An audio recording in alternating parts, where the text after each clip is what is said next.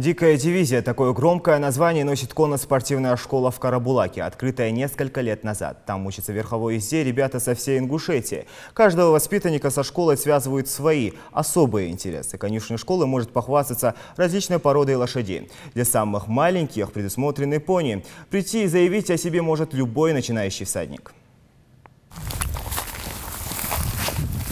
Стук копыт, от топота которых пыль по полю летит. Утро в конно-спортивной школе начинается с верховой езды. Наездники держатся в седле, как самые настоящие джигиты. Им нет и 15. Один из них Умар Магушков. Если раньше он только и мог мечтать оседлать коня, то после 2 лет усиленных занятий доказал, чтобы чего-то добиться, нужно действовать. Когда я сюда пришел, я думал, что у меня такой страх был, что упасть или что-то.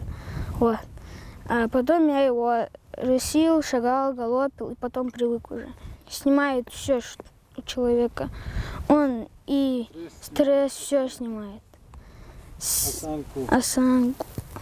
Ноги. Ноги сильные еще бывают. О полезности занятий верховой ездой можно говорить долго. Приходят сюда и за здоровьем. Иппотерапия – самый эффективный метод лечения различных заболеваний, в том числе и опорно-двигательного аппарата. Вот и Хамид Беков оказался в школе из-за сколиоза. Излечиться от недуга ему помогли лошади. Но и после иппотерапии бросить полюбившееся занятие мальчик уже не смог. Уж слишком привязался к лошадям. Начал потихоньку ездить. Сначала учиться этим поводом справляться. Выбрала я этот спорт, я не знаю, как-то вот раньше я ходил, вот захотелось как-то, интерес появился, вот так я начал ходить. Страх был тогда, когда лошадь реагировала, есть слишком сильно, вот как сейчас она реагирует, вот, а так вот привыкаю к этому, уже привык.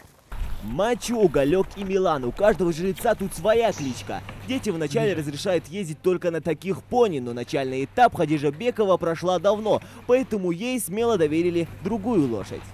Мне всегда нравились лошади, и меня сюда привел отец, чтобы... И тренер предложил нам заниматься, мне точнее заниматься. Очень нравится, это интересно, как бы сказать. Да, очень опасно, но это завораживает. Возможно, многие уже заметили, что ребята уже занимаются без тренера. Талантливые воспитанники переняли опыт от учителя. В конно-спортивной школе занимается больше 10 детей в 2 смены и 2 раза в неделю. Чтобы уверенно держаться в седле, одного урока, разумеется, недостаточно. Поэтому посетители этой школы одним занятием не довольствуются и после целого цикла упражнений чувствуют себя настоящими джигитами дикой дивизии. Критерии отбора очень просты. Главное условие – любовь к лошадям. А это, говорят наставники, бывает заметно сразу после первых занятий. Каждой лошади требуется должный уход. Своих четвероногих друзей перед выходом на арену нужно готовить тщательно. Чистить копыта специальной щеткой и расчесывать гриву. Сначала говорю на развязке, да, а потом щетка, смахивать, пыль без смахивать, потом табох с обеих сторон.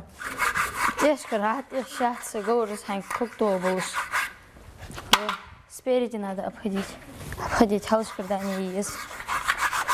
Конно-спортивная школа в республике открылась 3 года назад. За это время в конюшне свободных мест почти не осталось. Сейчас здесь насчитывается 19 лошадей, 4 из которых пони, предусмотренные для самых маленьких наездников. Двери школы открыты для всех любителей верховой езды. Зельмхан Калоев, Сурхо Кусиев, Новости 24.